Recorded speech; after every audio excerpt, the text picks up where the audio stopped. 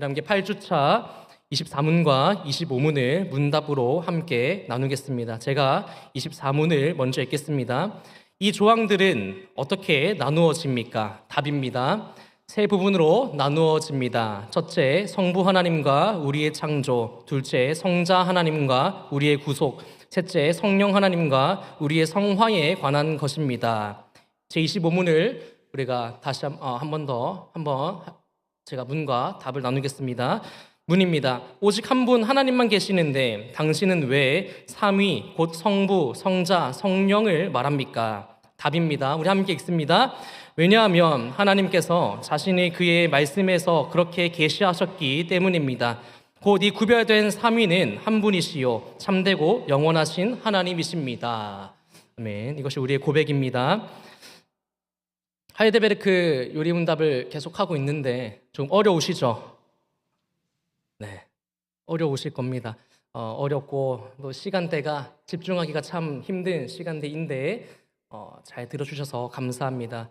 제가 한 가지 좋은 방법을 제안하건데 쓰시면서 필기하시면서 들으시면 조금 더 유익하지 않을까 생각이 듭니다. 말씀 선포도 있지만은 사실은 교리에 대한 함께 나눔이 있기 때문에 적으시면서 따라오시면 순간적으로 멍 때리는 일이 없습니다. 이 교리 설교의 무서움이 한번 멍 때리면 마치고도 내가 뭘 들었는지 도무지 알 수 없는 게 교리 설교이기 때문에 잠을 깨우실 겸 필기를 해가시면서 들어주시면 참 좋겠습니다. 수요일부터는 우리 김서빈 강도사님께서 십계명을 다루고 있습니다. 하이델베르크 뒤에 남은 것이 사도신경과 또 주기도문과 십계명과 또 성례에 관한 4가지 주제가 남아있기 때문에 강도사님께서는 십계명을 다루시고 저는 오늘부터 사도신경을 다루고자 합니다. 우리 오늘 함께 읽은 말씀과 제 8주일차 54문과 55문을 통하여서 은혜 나누길 원합니다. 지금까지 우리는 구원을 어떻게 얻느냐에 대하여 오직 은혜로 얻는다라고 하였고 또 중보자 예수님을 통하여서만 가능하다라고 배웠습니다. 또한 참된 믿음을 가진 사람만이 구원을 받음을 살펴보았습니다. 그런데 오늘 우리의 교리 문답을 보니 그 참 믿음이 어디에 요약되어 있느냐에 대하여 우리에게 가르쳐 주고 있습니다. 오늘 교리 문답은 참된 믿음이 사도신경에 요약되어 있다라고 대답합니다. 쉽게 말하자면 우리가 구원받는 믿음의 가장 중요한 핵심이 사도신경 안에 모두 정리되어 있다라는 말입니다. 우리보다 앞선 시대에 살던 사람들도 우리처럼 구원에 대하여 궁금해했습니다. 고대 교회의 성도들은 그 구원을 위한 가장 기초적인 도리들을 사도신경 안에 요약했습니다. 그리고 하이델베르크 요리문답과 같은 우리 종교개혁기에 작성된 교리문답은 사도신경의 이 위대함을 잘 알았기 때문에 사도신경을 사용하라라고 지시해 주고 있습니다. 모든 시대를 초월하여서 우리는 무엇을 믿어야 구원을 받을 수 있습니까? 라는 질문에 대하여 사도신경에 나타나 있다라는 그 내용을 믿는 것이다라는 사도신경에 나타나 있는 내용을 믿는다라는 것임을 우리는 계속해서 정확히 답하고 있었습니다. 그래서 개혁교회는 보편교회의 신조로서 사도신경, 니케아 신경, 아타나시우스 신경을 우리의 신앙 고백으로 받아들이고 있습니다. 우리 고신교회 안에서도 여전히 주일 공예배 직전에 십계명과 니케아 신조를 고백하는 교회들이 몇 있습니다.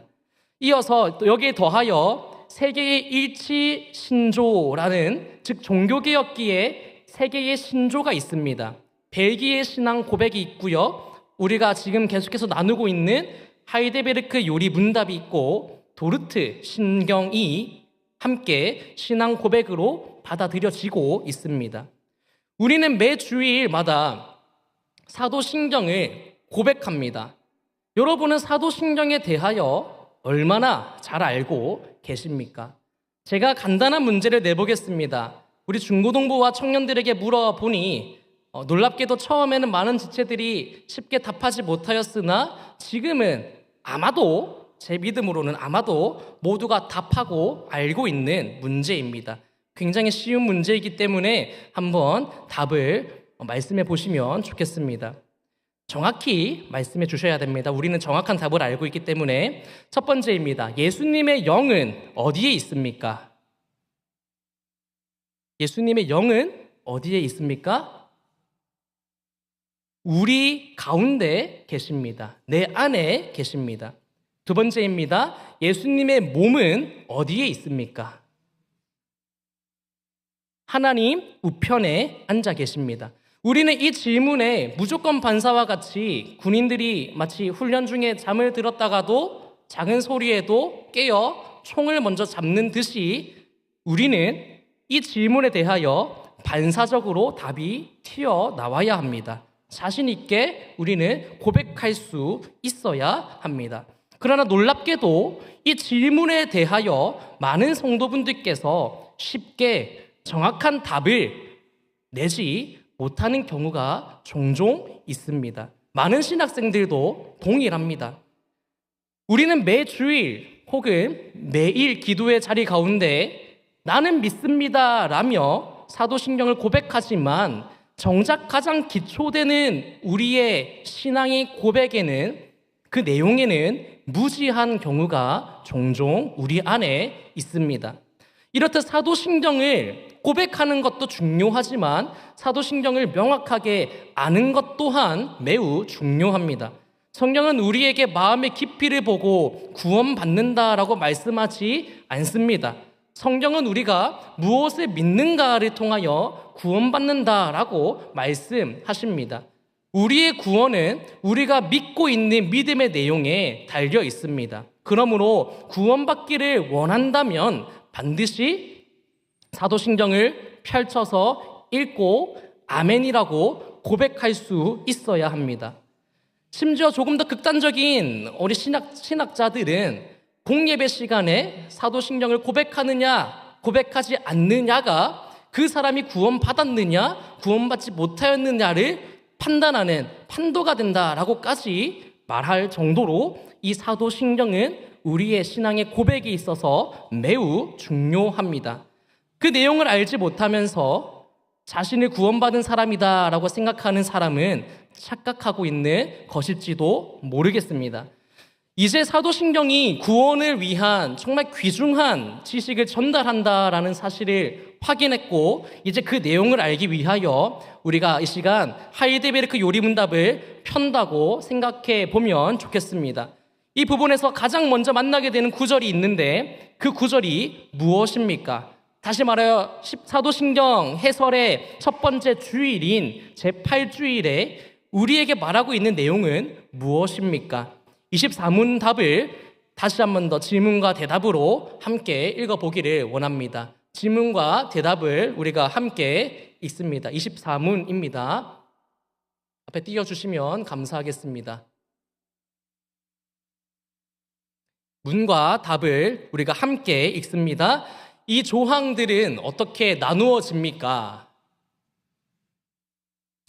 세 부분으로 나누어집니다. 첫째, 성부 하나님과 우리의 창조. 둘째, 성자 하나님과 우리의 구속. 셋째, 성신 하나님과 우리의 성화에 관한 것입니다. 셋째 부분에 성신이라고 번역이 되어 있지만 조금 더 우리에게 익숙한 번역은 성령 하나님입니다.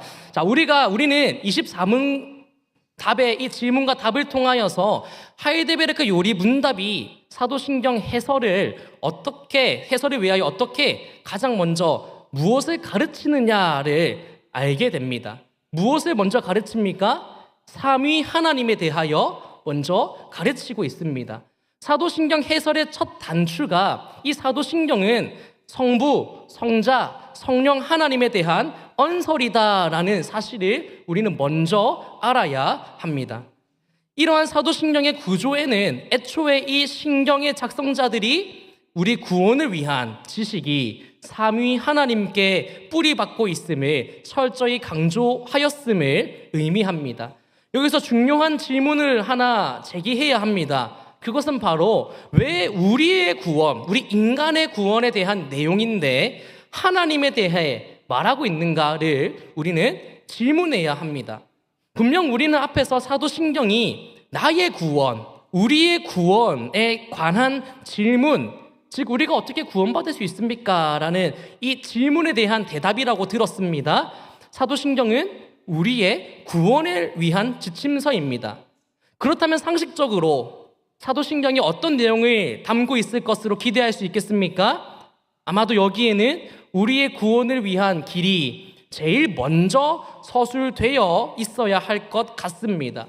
즉 어떻게 어찌어찌 해야 구원을 얻을 수 있다라고 기록이 되어야 하고, 우리가 해야 할 일을 쓰거나 우리가 어떠한 사람들이라고 우리의 존재에 대한 내용이 먼저 나와야 할 것 같습니다. 우리에 대해 나와야 우리의 구원에 관하여 말할 수 있는 것 아니겠습니까?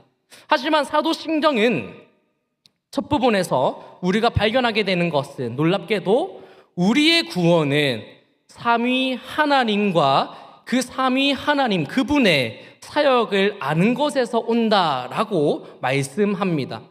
사도신경에 의하면 우리는 하나님이 어떤 분이신가를 알아야지만 구원받을 수 있습니다.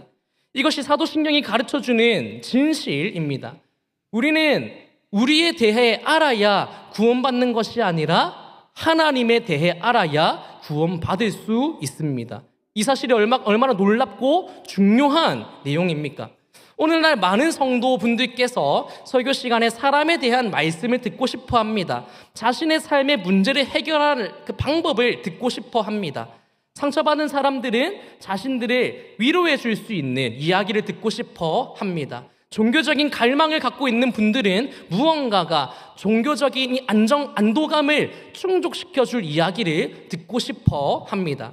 대부분의 성도분들께서는 하나님이 어떤 분이신가 보다는 그 하나님이나 종교가 나에게 어떠한 만족감을 줄 것인가에 관심을 갖고 있습니다. 이런 사람들에게, 성도들에게 성부, 성자, 성령 하나님이라는 이 주제는 참 인기 없는 이야기거리입니다. 왜 하나님에 대하여 말하는 것이 우리에게 있어서 참 낯설까요? 저는 이 설교를 준비하면서 저 자신부터 왜 이렇게 낯설지? 왜 이렇게 어렵지라는 생각과 고민을 하였습니다. 그 이유는 간단합니다. 나의 신앙이 이기적이어서, 성경이 말씀하는 신앙과 내가 생각하는 신앙이 거리가 있기 때문입니다. 우리는 보통 이기적인 신앙생활에 익숙하여서 신앙을 나를 위한 활동으로 이해하는 데 길들여져 있습니다. 우리의 이기적인 마음과 생각은 교회 안팎에서 신앙과 관련된 활동들을 할 때에 이것이 나에게 어떤 유익이 되는지를 먼저 생각하도록 훈련되어 있습니다. 주변에 아주 흔한 기복신앙이나 은사주의는 말할 것도 없습니다. 기복신앙의 목표는 오로지 자신이 잘 되는 것입니다. 물론 기복신앙이 처음부터 모든 것이 잘못되었다라는 것은 아닙니다. 하나님께서는 하나님의 백성에게 분명히 복을 주십니다. 분명히 은혜를 부어주십니다. 그러나 신앙의 목표가 기복이라면은 그것이 잘못되었다라는 말입니다. 은사주의는 어떻습니까? 은사주의 역시 다른 사람과 구별되는 독특한 능력이나 하나님과의 교감을 얻는 데에 모든 관심이 집중되어 있습니다. 항상 은사는 말씀과 동행해야 합니다. 그리고 아주 경건하게 훈련된 사람도 예외가 아닙니다. 아주 경건한 사람조차 신앙의 궁극적인 목표가 천국에 있거나 자신의 거룩한 경건에만 있음을 종종 보게 됩니다.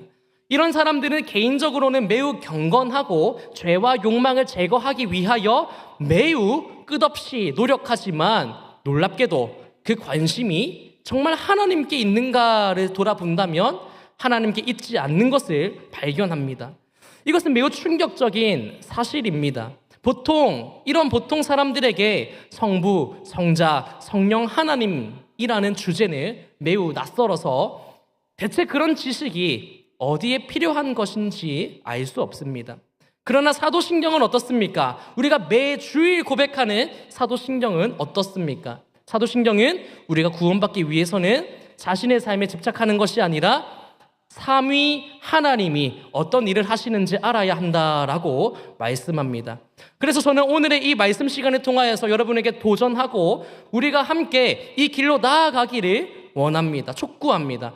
우리 함께 나에게 향해 있던 우리의 신앙의 시선을 돌이켜서 하나님을 아는 대로 나아가도록 합시다. 하늘에 계신 우리 아버지를 향한 정말 이 숭고한 지식이 자라나는 것이 바로 우리의 구원을 이루어가는 일입니다.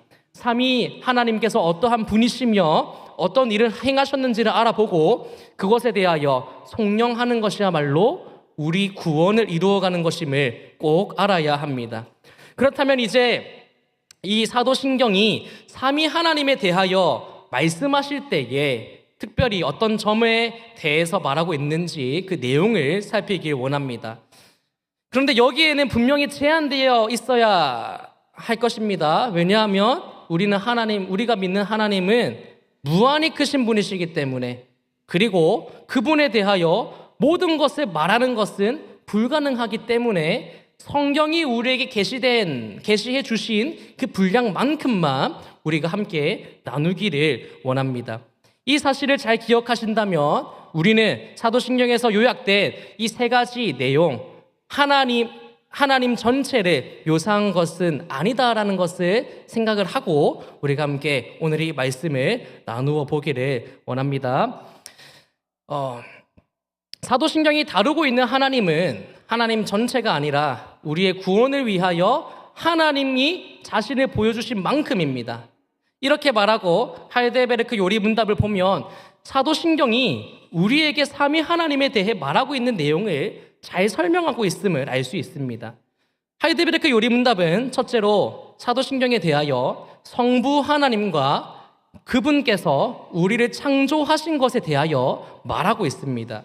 둘째로 사도신경은 성자 하나님과 그분께서 우리를 구속해 주셨다라는 것에 대하여 말씀하고 있습니다.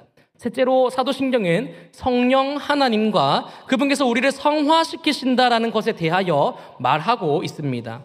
정리해보면 사도신경은 우리의 구원에 대하여 말하고 우리가 구원을 위해 성부, 성자, 성령 하나님과 그분의 창조, 구속, 성화에 대하여 알아야 한다라고 말하고 있습니다.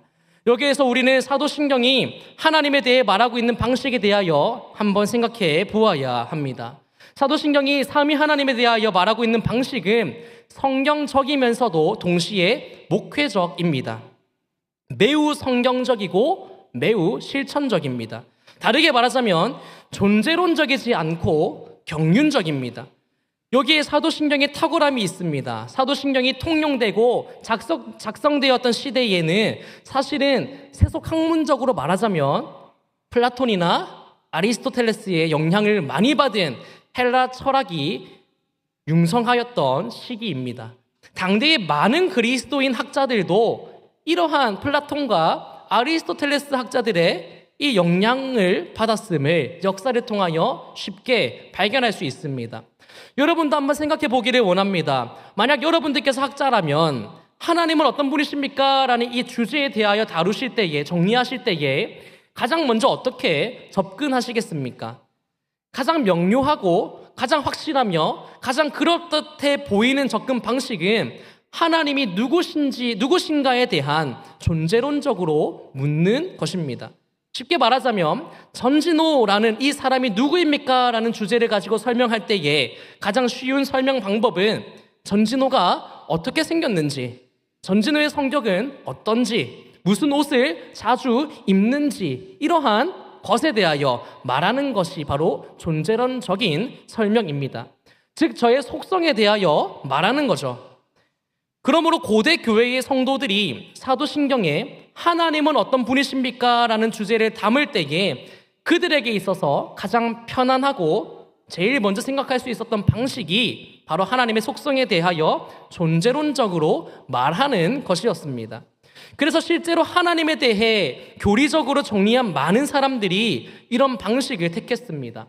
하나님에 대해 존재론적으로 접근한 것 말입니다. 대표적으로 여러분들이 들어본 적이 있을 수 있습니다. 벌코프라는 학자가 있습니다. 이 벌코프 학자가 쓴 조직신학 책을 보면 실론의 제일 첫 항목이 하나님의 존재와 하나님의 속성입니다. 이 벌코프 학자는 하나님은 누구신가? 라고 물을 때에 정확하게 존재론적인 측면에서 접근하였습니다. 그리고 우리 고신교단에, 우리 장로교단에 제1 되는 표준 문서로 웨스트민스터 신앙고백서가 있습니다. 이 웨스트민스터 신앙고백서를 보아도 그렇습니다. 이 신앙고백서도 하나님에 대하여 설명할 때에 존재론적으로 설명합니다. 이 신앙고백은 하나님에 대한 부분에서 가장 먼저 말하는 것이 하나님의 계심과 하나님의 속성을 말합니다. 웨스트민스터 신앙고백서 2장은 하나님과 삼위일체에 대하여 다루고 있는데 그 부분 역시 동일합니다. 살아계시고 참되신 하나님은 오직 한 분뿐이시다. 그의 존재는 이라고 하면서 그의 존재에 대하여 쭉 설명합니다. 이렇게 웨스트민스터 신앙고백서도 하나님에 대하여 말할 때에, 설명할 때에 존재론적으로 접근합니다. 하지만 계시 중심적인 사고는 존재론적인 이러한 사고와는 조금 다릅니다. 계시 중심적 사고는 앞에서 말한 대로 하나님에 대하여 알려고 할 때도 우리의 사상과 우리의 공상과 우리의 논리를 통하여 하나님께 접근하는 것이 아니라 하나님께서 펼치신 것, 즉 성경 말씀, 이 계시를 근거로 하나님께 접근하는 것입니다. 달리 말하자면 우리가 하나님을 아는 방식은 우리가 알 수 없는 하나님의 속성, 즉 철학적으로 숭고한 하나님을 기초에 있지 않고 우리에게 일하신 하나님의 기초로 합니다. 다시 말하여 조금 더 쉽게 말하자면 하나님의 속성과 성품이 어떤가라고 먼저 관념적으로 이렇게 말하는 것이 아니라 하나님을 말할 때에 하나님은 우리를 애굽 땅 종되었던 집에서 인도하여 내신 하나님이다라는 방식으로 말하는 것입니다. 성경을 펼쳐 제일 첫 문장을 보십시오. 성경 말씀, 우리가 우리의 인생의 중심으로 삼고 있는 이 성경 말씀도 하나님의 속성을 말함으로 성경을 이야기하는 것이 아니라 가장 먼저 무엇라고 말씀하십니까? 태초에 하나님이 천지를 창조하셨다라는 말로 시작합니다. 곧 하나님의 경륜, 하나님의 사역을 통해서 하나님을 먼저 드러내십니다. 이것은 하나님에 대해 말할 때에 우리를 사변으로부터 보호해주고 계시 중심적 가치관을 갖게 해주며 또 하나님의 본질을 탐구하는 것이 아니라 하나님께서 우리에게 일하신 것에 대하여 우리가 피조물로서 창조주 하나님을 찬양하게 만들어줍니다. 사도신경의 뛰어난 점이 바로 여기에 있습니다. 사도신경은 삼위 하나님에 대하여 말할 때에 우리가 방금 말한 속성을 기술하는 방식, 하나님은 무한하시고 존재가 크시고 순결하시고 완전하시다라는 방식으로 설명하지 않습니다. 사도신경은 오히려 하나님에 대하여 전능하사 천지를 만드신 나의 아버지 하나님이라고 말합니다. 사도신경은 성자 예수 그리스도에 대하여 말할 때도 성자의 속성에 대하여 말하는 대신에 이렇게 고백합니다. 성령으로 잉태하시고 동정녀에게서 나셔서 본디오 빌라도 치하에서 고난당하시고 죽으시고 부활하셔서 하늘에 오르신 분이다라고 하나님의 사역, 하나님의 경륜에 대하여 고백합니다. 동일하게 성령 하나님에 대하여 말할 때도 성령 하나님께서 어떠한 속성을 가지고 있는지에 대하여 말하기보다는 하나님의 활동 터전인 교회를 믿습니다 라고 고백하고 죄사함과 영생을 믿습니다 라고 고백합니다. 이것이 바로 하나님을 계시 중심적이며 경륜적으로 접근하는 방식입니다. 사도신경은 당시에 많은 그리스도인들이 하나님에 대하여 말할 때에 세상 철학에 이끌려서 속성과 관련해 존재론적으로 말할 유혹을 받았을 터인데도 그런 세상적인 학문의 방식으로 하나님을 고백하지 않았습니다. 우리의 신앙 선배들은 하나님을 사상적이고 관념적으로 정리해야 할 필요보다는 우리에게 계시된 이 성경 말씀이 가르치고 있는 그 계시에 기초하여서 삼위 하나님을 고백했습니다. 다시 한번 우리가 24문답이 보여주는 사도신경의 삼위 하나님에 대한 정리를 보기를 원합니다. 앞에 한번 화면을 띄워주시면 감사하겠습니다. 사도신경은 하나님에 대하여 말할 때에 성부 하나님과 우리의 창조에 대하여 말씀합니다. 또한 성부 24문답에 대한 답을 보여주시면 됩니다. 성자 하나님과 우리의 구속에 대하여 말합니다. 성령 하나님과 우리의 성화에 대하여 말합니다. 사도신경은 하나님의 속성에 대하여 말하지 않고 하나님께서 우리에게 어떤 일을 하시는가에 대하여 말씀해 주고 계십니다.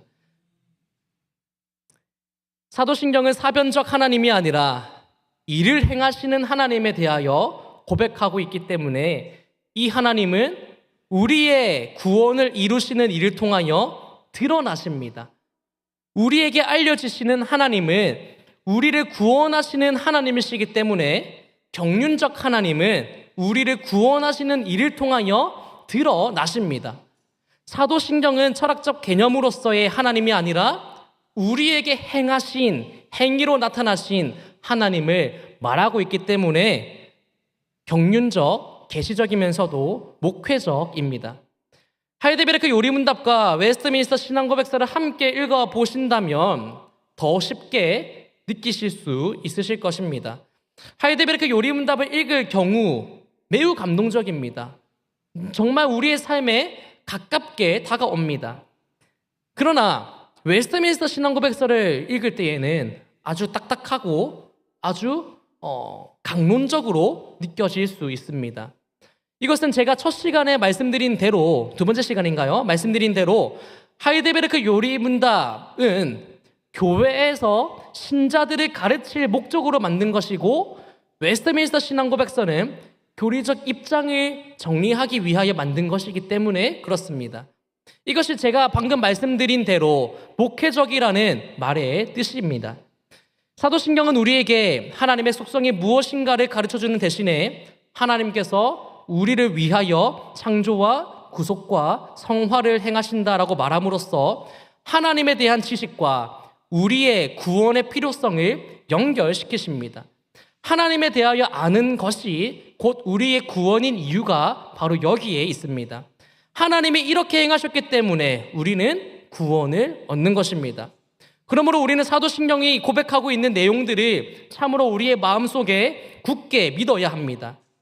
24문답의 내용을 분명히 기억해야 합니다.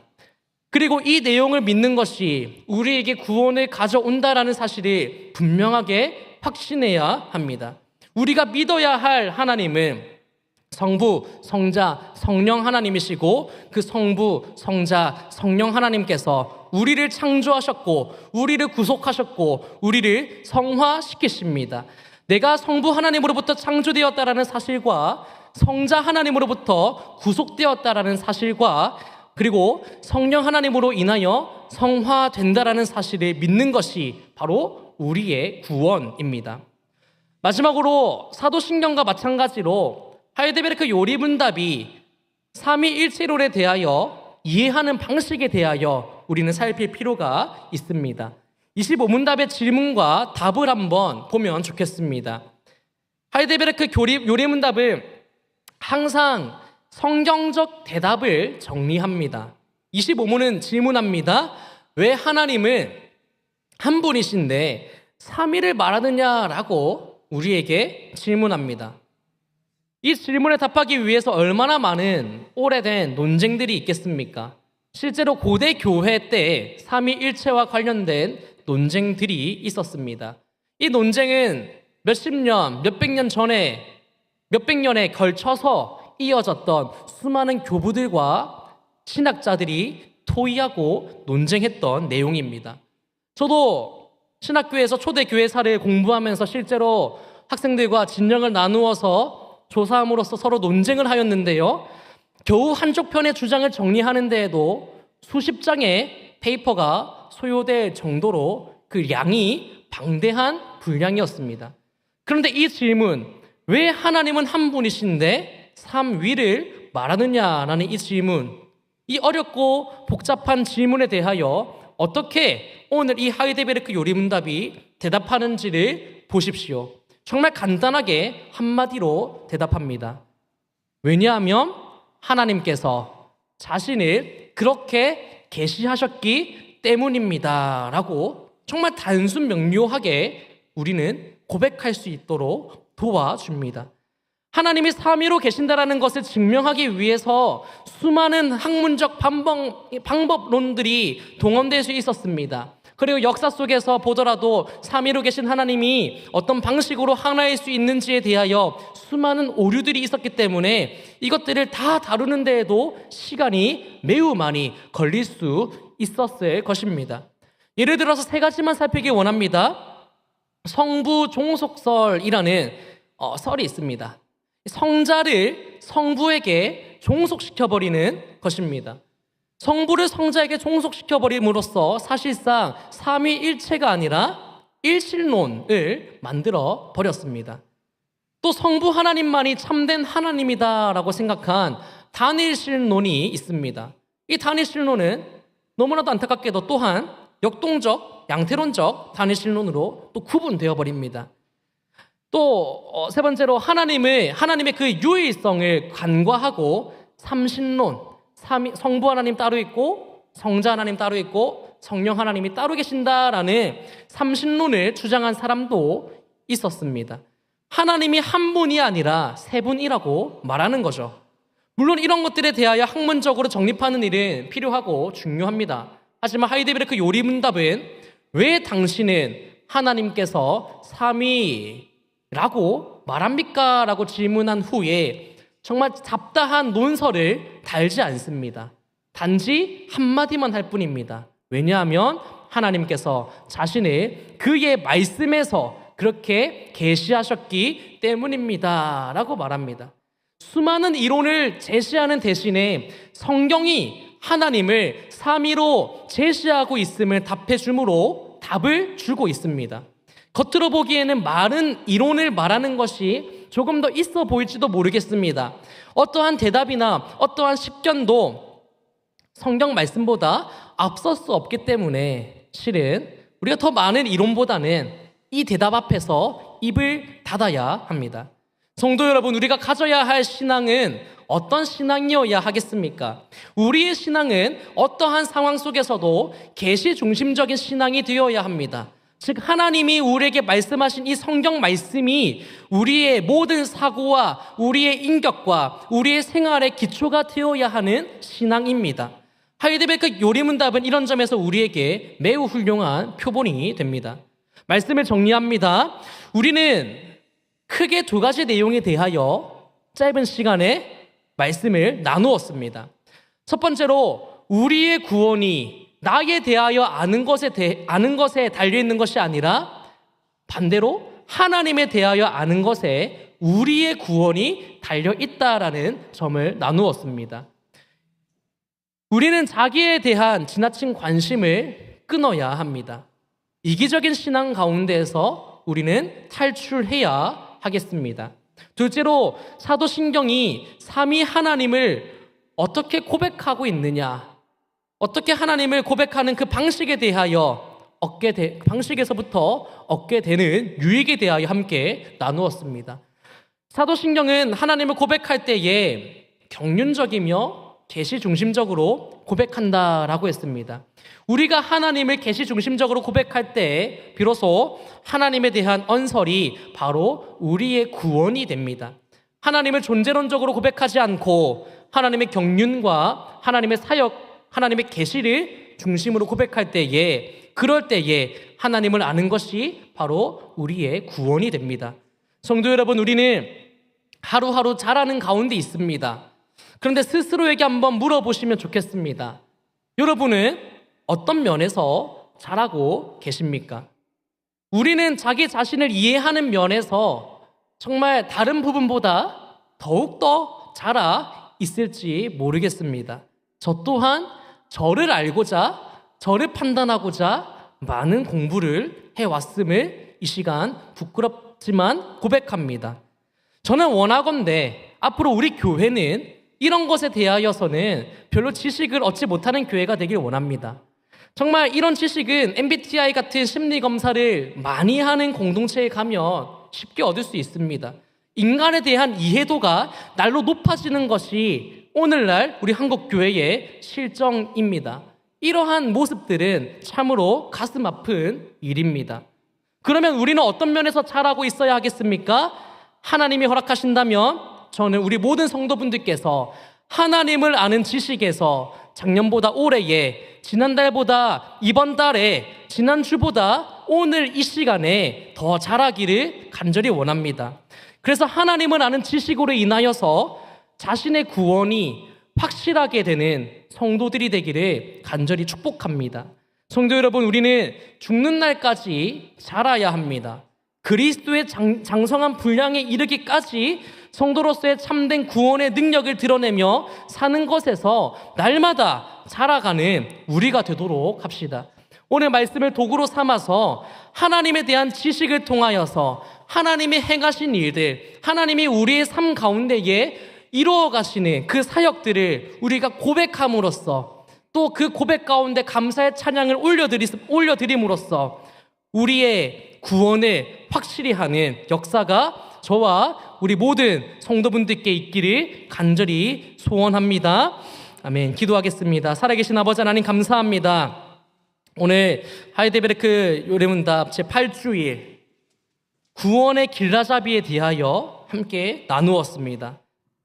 우리가 매주일 고백하고 매일같이 암송하며 고백하는 이 사도신경이지만은 우리가 과연 이 사도신경의 깊은 지식에 대하여 알고 있느냐에 대해 우리가 참으로 부족하였음을 이 시간 주님 앞에 겸손히 고백하며 회개합니다. 아버지 하나님, 우리의 신앙을 되돌아보는 시간이 되게 하여 주시옵소서.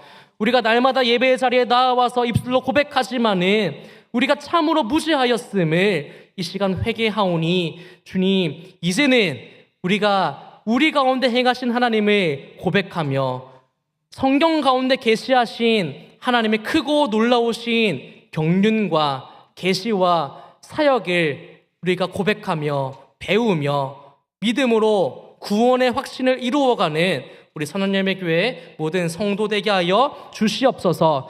우리가 날마다 삼위 하나님을 고백할 때에 성경 가운데에, 성경 안에서 하나님을 고백하는 주의 성도 되길 원합니다. 주님, 성경이 우리 가운데에 항상 가까이 있게 하시고 우리가 성경에 능통한 자가 되게 하여 주시옵소서. 예수님의 이름으로 기도드립니다. 아멘.